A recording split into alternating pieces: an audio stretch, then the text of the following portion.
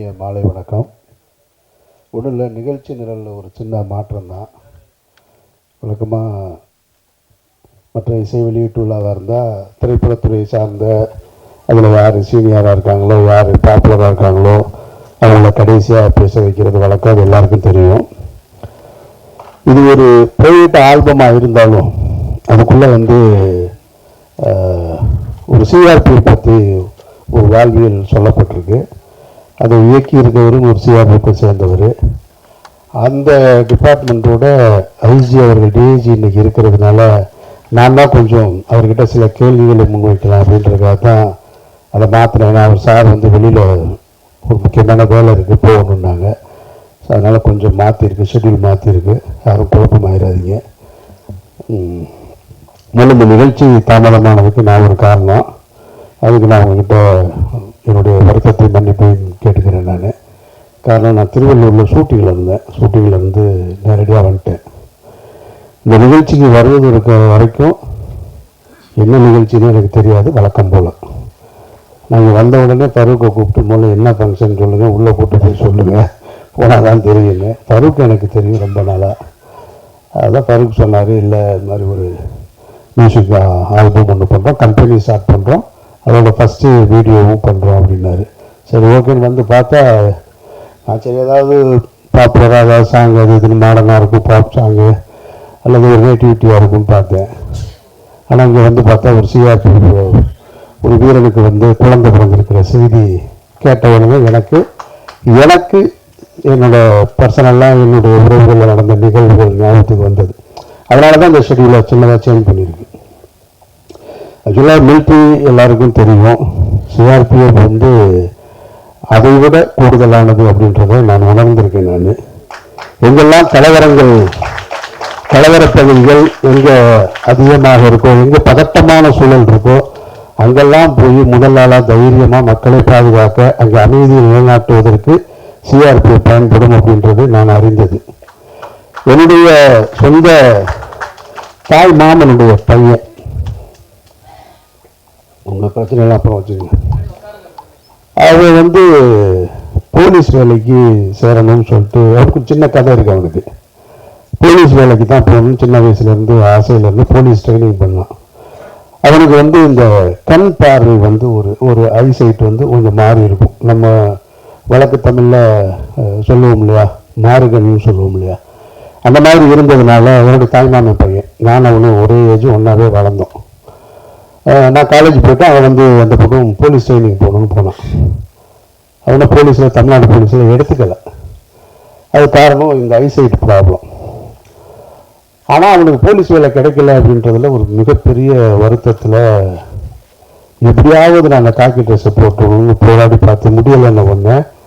அந்த டைமில் சிஆர்பிஎஃப்க்கு ஆள் எடுக்கிறாங்கன்ற செய்தி வந்த உடனே அங்கே போய் சேர்ந்து யாருக்கிட்டையும் சொல்லாமல் சிஆர்பிஎஃப்பில் போய் சேர்ந்துட்டான். சேர்ந்துட்டு நான் நீ என்ன லோக்கல் போலீஸில் தானே நீ எடுக்க மாட்டேன், நான் போய் ஒட்டுமொத்த இந்தியாவுக்குமே பாதுகாப்பாக இருக்க இடத்துல போய் நான் போய் உட்காந்துட்டேன். செலக்ட் ஆகிட்டான். இப்போ அவனுக்கு என்னுடைய சொந்த தாய்மாமன் பையன் இன்னொரு சின்ன எங்கள் மாமா முறை தான், திருமணம் உறவு செய்து கொள்ளக்கூடிய முறை தான். அதில் என்னுடைய தங்கச்சி எனக்கு தங்க முறை வேணும், அவனுக்கு திருமணம் செய்வதற்காக பேசி வச்சுருந்தோம். என்னுடைய சித்தப்பா ரயில்வேல இன்ஸ்பெக்டராக இருந்தவர். அவர் அந்த வேலையை எழுதி கொடுத்துட்டு விஆர்எஸ் வாங்கிட்டு வேற ஒரு தொழில் பண்ணிகிட்டு இருந்தார். அவர் என்ன பண்ணார், சின்ன வயசுலேருந்து இந்த பையனுக்கு இந்த பொண்ணை கொடுக்கலான்ற மாதிரி உறவுகளில் பேசி வச்சுருந்தாங்க இல்லையா. பேசி வச்சுருந்ததில் இது சிஆர்பிஎஃப் வேலைக்கு யார்ட்டையும் போய் சொல்லாமல் போய் சேர்ந்துட்டாங்க. ஒன்று அவர் எங்கள் சித்தப்பா என்ன பண்ணிட்டாரு, அவனுக்கு பொண்ணு கொடுக்க மாட்டேன்ட்டார். அப்போ நாங்கள்லாம் போய் வீட்டில் உட்காந்து போய் பேசினோம். இல்லை சிஆர்பிஎஃப் பற்றி உங்களுக்கு தெரியாது, ஐயோ உயிருக்கு உத்தரவாதம் கிடையாது, எப்போ வருவான் எப்போ போவான்னு தெரியாது, இருப்பானா இல்லையான்னு கூட செய்தி கூட கேட்டுக்க முடியாது அப்படின்னு சொல்லிட்டு ரொம்ப விடாப்பிடியாக இருக்குதார். சின்ன வயசுலேருந்து தான் நம்ம இவங்களோட தான், இவர் தான் கணவர், இவர் தான் மனைவி, அந்த ஒரு ஆசை உறவுகளில் வளர்த்துருப்பாங்க இல்லையா. அதை தாண்டி இப்போ அவனுக்கு ஒரு முக்கியமான சூழல் வந்தது. எந்த முடிவை எடுக்கிறது, வேலையை விட்டுட்டு பொண்ணு தரேன்னு சொல்கிறார். இப்போ அவன் என்ன முடிவு எடுக்க போகிறான் அப்படின்னா, அவன் எனக்கு வேலை தான் வேணும், பொண்ணு வேணான்ட்டான். கிட்டத்தட்ட ஒரு 15 வருடங்களாக மனசுக்குள்ள ஆசையை வளர்த்துருந்தது. இல்லை எனக்கு அந்த வேலை தான் வேணும்ட்டு உறுதியாக போய் அந்த வேலையிலே இருந்துட்டான். அந்த பொண்ணுக்கு வேறு ஒரு மாப்பிள்ளையை பார்த்து, என் தங்கச்சி தான் எனக்கு, வேறு ஒரு மாப்பிள்ளையை பார்த்து திருமணம் செஞ்சாச்சு. இப்போ இவன் போய் வேலையை செஞ்சுட்டான். நான் கேட்டேன், நான் அந்த வயசில் நல்லா பேசிப்போம்ல, ஆழ்மா அதில் என்ன இருக்குன்னு நம்மக்கிட்ட தானே சொல்லுவாங்க. சொல்லும்போது, இல்லை மாப்பிள்ளை அது பரவாயில்ல, நான் அந்த வேலை எனக்கு ரொம்ப பிடிச்சிருக்கு, அதனால் பரவாயில்ல, என்ன இருந்தால் அந்த வேலையை விட்டுட்டு வர சொன்னது எனக்கு உடன்பாடு இல்லை அப்படின்னு. அப்போ அந்த காலகட்டத்தில் தான் தொடர்ச்சியாக ஏதாவது தகவல் சொல்லிக்கிட்டே இருப்பான். இப்போது செல்ஃபோன்லாம் வரல. அப்போது 89, 90 தொடங்கினது இந்த நான் சொல்கிற சம்பவம். இப்போ 92 பாபர் மசூதி இடிப்பு நிகழ்வு நடைபெறுகிறது. அந்த பாபர் மசூதி இடிப்பு நிகழ்வில் அன்றைய காலகட்டத்தில் இருந்த பிஜேபி தலைவர்கள், அந்த ரத யாத்திரை நடத்தின தலைவர்கள் எல்லாம் ஹவுஸ் அரெஸ்ட் பண்ணி வச்சுருந்தாங்க. ஹவுஸ் அரெஸ்ட்டில் யார் பாதுகாப்புன்னா இவன் தான் பையன் பாதுகாப்பு. அப்போ அத்வானி போன்ற தலைவர்கள், கூட இருந்த தலைவர்கள்லாம் வீட்டு காவலில் வச்சுருக்கும் போது வீட்டுக்கு வெளியில் பாதுகாப்பு. ஃபோன் பண்ணும்போது சொல்லுவான் இந்த மாதிரி. அப்போது அவன் உளவியலாக எவ்வளோ சிக்கல்கள் இருக்குவார். அவன் ஒரு இஸ்லாமிய பின்புலத்தை சேர்ந்தவன். ஒரு மசூதி இடிக்கப்பட்டிருக்கு. அந்த மசூதி இடிக்கப்பட்டதற்கு காரணகர்த்தாவாக சொல்லப்படுகிற அந்த தலைவர்கள் வீட்டு காவலில் வச்சுருக்காங்க, இது வெளியில். ஆனால் அவங்க உயிரை பாதுகாக்கணும். அப்போ அந்த இடத்துலையும் நான் கேட்குறேன், உனக்கு என்னடா மனநிலை இருந்தது அப்படின்னா, இல்லை இந்த இடத்துல நான் என்னன்றதை பார்க்க மாட்டேன், எனக்கு நான் எடுத்திருக்கிற வேலை தான் முக்கியம், அதுதான் எனக்கு. அதாவது அவங்க கையில் அவங்க என்ன நிகழ்வுகளை வேணாலும் செஞ்சுருக்க முடியும். ஆனால் அவ்வளோ பெரிய ஆயுதத்தை கையில் வச்சுக்கிட்டு அவங்க தன்னை எடுத்துக்கிட்ட வேலைக்கு, அந்த வேலைக்கு சேரும்போது எடுத்துக்கிட்ட உறுதிமொழிக்கு உண்மையாக கடைசி வரைக்கும் இருக்கிறதுன்றீங்கள, அந்த உறுதியை நான் அந்த இடத்துல பார்க்க முடிஞ்சது. அதுக்கு பின்னால் அடிக்கடி கேட்பேன், நான் நாகாலாந்து போயிருக்கேம்மா, மணிப்பூர் போயிருக்கேம்மா, மிசோரம் போயிருக்கேம்மா, இப்படி எப்போ கேட்டாலும் இங்கேருந்து அங்கே போனால் இப்படி திடீர்னு ஒரு ஃபோன் அடிப்பான். ஃபோன் அடித்தா எங்கடா இருக்கேன்னா, பஞ்சாபில் ஒரு கலவரம், அங்கே இருக்கேன் அப்படிமா. எனக்கு ஆச்சரியமாக இருக்கும். மொழி வேறு மொழிகளை கற்றுக்கிட்டான். அதில் ரொம்ப குறிப்பாக சொல்கிறது என்னென்னா, இந்த நாகாலாந்து மணிப்பூர், நான் அதுக்காக தான் முன்னாடி பேசணும். ஏன்னா அதில் இருக்கிற விஷயங்களை ஒரு ஐஜி கொஞ்சம் தெளிவாக சொல்லுவாங்க அப்படின்றதுக்காக. ஏன்னா இதெல்லாம் கேள்விப்பட்ட செய்தி தான். அப்போ அங்கே நாகாலாந்துலாம், அப்போ நாகாலாந்து மிசோரம்லாம் மலைக்கு கீழேருந்து மலைக்கு மேலே போகும்போது இவங்களுக்கு, அதாவது கீழேருந்து கிளம்பிட்டாங்கன்னு மேலே சொல்லுவாங்களாம். மலைக்கு மேலே வர்றதுக்கு மேலே சேர்ந்தாதான் உத்தரவாதம். ஆனால் இடையில எது வேணாலும் நடக்கலாம். சிஆர்பி வீரர்களுக்கு உயிருக்கு உத்தரவாதம் இருக்காது. அப்போ இரவு நேரத்தில் காவல் அது மாதிரி கீழேருந்து வரும்போது 2 பேர் பாதுகாப்பாக இருப்பாங்க, மேலேருந்து போகும்போது வண்டி பாதுகாப்பாக இருக்கணும், இல்லைன்னு சொன்னால் எப்போ வேணாலும் தாக்குதல் நடக்கலான்னு. அப்போ பகல் நேரத்தில் டென்ட்டில் படுத்துருப்போம். திடீர்னு பார்த்தா எங்கேருந்து ஒரு மலை உச்சியிலிருந்து இந்த போராளி குழுக்கள் ஷூட் பண்ணுவாங்க, பக்கத்துலன்னு எந்திரிச்சு ஓடணும். இப்படின்னா அதாவது சினிமா காட்சிகளை போல ஒன்றும் சொல்லிக்கிட்டே இருப்போம். இரவு நேரத்தில் நாங்கள் பாதுகாப்பாக இருக்கணும் அப்படின்னு சொன்னால், இப்போ நாகாலாந்துலாம் மணிப்பூரில் பாதுகாப்பாக இருக்கணும்னு சொன்னால் அவங்களுக்குள்ள சில சப்தங்களையும் சில விசில் இதெல்லாம் அடையாளமாக வச்சுருப்போம். ஏன்னா யார் இருக்கான்னு தெரியாது. ஒரு காவலருக்கும் இன்னொரு காவலருக்கும் தூரம் இருக்கும் பாதுகாப்பில். அப்போ அவங்களுக்குள்ள இருக்கிற பாஷை, அந்த சம்பாஷணை இருக்குல்ல, அது சரியாக சேரலைன்னு சொன்னால் இருட்டில் துப்பாக்கி சத்தம் மட்டும் கேட்கும். சுட்டது யாருன்னு தெரியாது. சிஆர்பி வீரனா இது ஆப்போசிட்ல இருக்கவனான்னு தெரியாது. காலையில் தான் தெரியும். திடீர்னு குளிச்சுட்டு இருப்போம், தண்ணி தொட்டி விழுந்து அதில் இறந்து போயிருக்காங்க.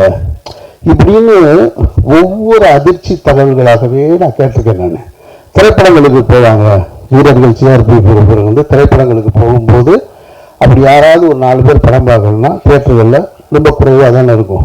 அந்த மலையில் 4 பேர் உள்ளே இருந்தால் ஒரு ஆள் தியேட்டருக்கு வெளியே பாதுகாப்புங்க நாங்கள் நிற்போம். நண்பர்களே வீரர்களே 4 பேர் உள்ளே இருந்தால் வெளியே ஒரு ஆள் பாதுகாப்புக்கு நின்றுட்டு, அவங்க வந்ததுக்கப்புறம் அடுத்து இவர் வேற ஒரு டீமோட போகும்போது இன்னொருத்தர் பாதுகாப்புக்கு இருப்பாங்க. ஏன்னா இந்த சிஆர்பி வீரர்கள் எப்பொழுதுமே குறிவைக்கப்பட்டுக்கிட்டே இருப்பாங்க போராளி குழுக்கள்னால அப்படின்ற இந்த தகவல்களை எல்லாம் கேட்கும்போது இவ்வளவு கஷ்டப்பட்டு இருக்கேடா அப்படின்றத எனக்கு தோணுச்சு. அதில் அவளுக்கே பர்சனல் அடுத்த ஒரு நிகழ்வு என்ன நிகழ்வுன்னா, வேறு ஒரு இடத்துல திருமணம் செஞ்சாச்சு. இப்போ அதுவும் என்னுடைய உறவுக்கார பொண்ணு தான், என்னுடைய அக்கா பொண்ணு தான் திருமணம் செய்கிறோம். இப்போ வந்து இந்த இந்த பாடல் காட்சியோடு ஒத்து போனதுனால தான் இவ்வளவு நினைவு எனக்கு டக்குன்னு வந்துருச்சு. இந்த நிகழ்ச்சிக்கு வர்றது வரைக்கும் எனக்கு எதுவுமே இல்லை. வந்ததுக்கப்புறம் அவனுக்கு முதல் குழந்தை பிறக்குது. ஆனால் முதல் குழந்தை பிறந்து இறந்துருது. பிறந்த உடனே இங்கே இறந்துருது மதுரையில்.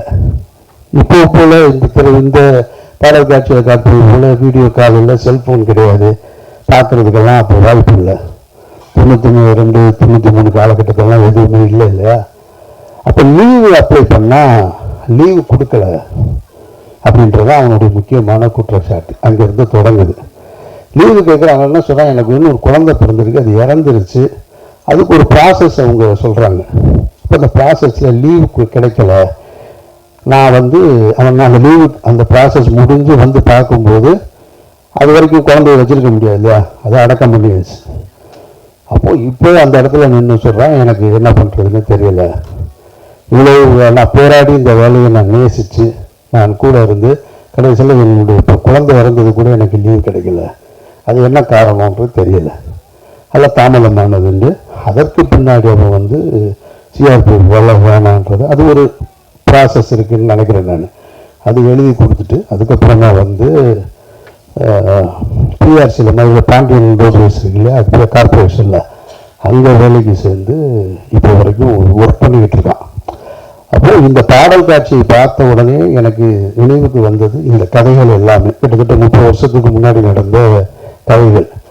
இவ்வளவு கடினமான ஒரு உழைப்பு, இவ்வளவு தன்னுடைய வாழ்க்கையை அர்ப்பணித்து வேலை செய்யக்கூடியவர்களை தான் நம்ம சினிமாவில் அதிகமாக வந்து ராணுவ வீரர்களும் காவல்துறை மட்டும்தான் பார்த்துருப்போம்.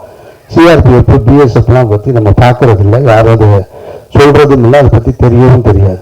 ஆனால் இவர்களுக்கு எல்லாத்தையும் விட எல்லா இடத்துலையும் ரொம்ப கிரிட்டிக்கலான இடத்துல பூரா சிஆர்பிஎஃப் வீரர்கள் இருக்கிறாங்கன்றது மட்டும் மறுக்க முடியாத உண்மையாக நான் உணர்றேன். அந்த டிபார்ட்மெண்ட்லேருந்து ஒருத்தர் வந்து இந்த வீடியோவை எடுத்து இந்த பாடலை எடுத்தவருக்கு ஒரு நெஞ்சார்ந்த நன்றி வாழ்த்துக்களை தெரிவிச்சுக்கிறேன். அப்படி ஒரு நிகழ்வுக்கு பெருந்தன்மையோட இந்த நிகழ்ச்சியை கலந்து கொண்ட பிஜி அவர்களுக்கு என்னுடைய வாழ்த்துக்களையும் நன்றியும் தெரிவிச்சுக்கிறேன். இப்போ நான் இந்த துறையை பற்றி எனக்கு தெரிந்த விஷயங்களை சொன்னேன். இதில் இருக்கிற முழுமையான விஷயங்களை, ஏன்னா இதை ஒரு இசை வெளியீட்டு விழாவை கடந்து போகிறாங்க, ஒரு ஆல்பம் ரிலீஸாக கடந்து போகிறாங்க. இதன் மூலமாக சமூகத்துக்கு என்ன நன்மை ஏற்பட போகிறது, அல்ல இந்த துறை எவ்வளோ கஷ்டப்பட்டு நம்மளை பாதுகாக்கிறாங்க. ஏன்னா நமக்கு அதெல்லாம் தெரியாது. நம்ம வேற ஒன்று வச்சுருப்போம். இந்த நாடு பல்வேறு மக்கள்களால் இயங்கிக்கிட்டு இருக்கு. நமக்கு ரொம்ப பரிச்சயமானது இப்போ கையில் இருக்கிற செல்ஃபோனு, யூடியூப்பு, நம்ம கண்ணுக்கு முன்னாடி நடக்கிற அரசியல், டெய்லி நடக்கிற டிபேட்டு, இதுக்குள்ளேயே நம்ம வாழ்க்கை முடிஞ்சிருது. இதை தாண்டி ஒன்று இருக்குது. நம்ம இந்த இடத்துல உட்காந்து நிம்மதியாக பேசிக்கிட்டு இருக்கோம்னா யாரோ அங்கே தங்களோட உயிரை கொடுத்து பாதுகாக்கிறனால நம்ம இங்கே உட்காந்துருப்போம். அது வெளியே நிற்கிற காவல்துறையாக இருக்கலாம், அல்லது எல்லை பாதுகாப்பு படையாக இருக்கலாம், யாரோ இருக்கலாம். ஆனால் அதுக்கு நம்ம முக்கியத்துவம் கொடுக்கறதில்ல. இந்த நிகழ்ச்சியை அதுக்கு பயன்படுத்தணுன்றது எனக்கு தோணுனது. அதை நான் பயன்படுத்திக்கிட்டு மரியாதைக்குரிய அருண்குமார் டிஏஜி அவர்கள் இதற்கு சரியான பதில் தந்து அது சரியான முறையில் இந்த செய்தியை கொண்டு போய் உங்கள் மூலமாக மக்களிடம் சேர்க்கணும்னு சொல்லி நான் வேண்டி விரும்பி கேட்டுக்கொள்கிறேன். நன்றி.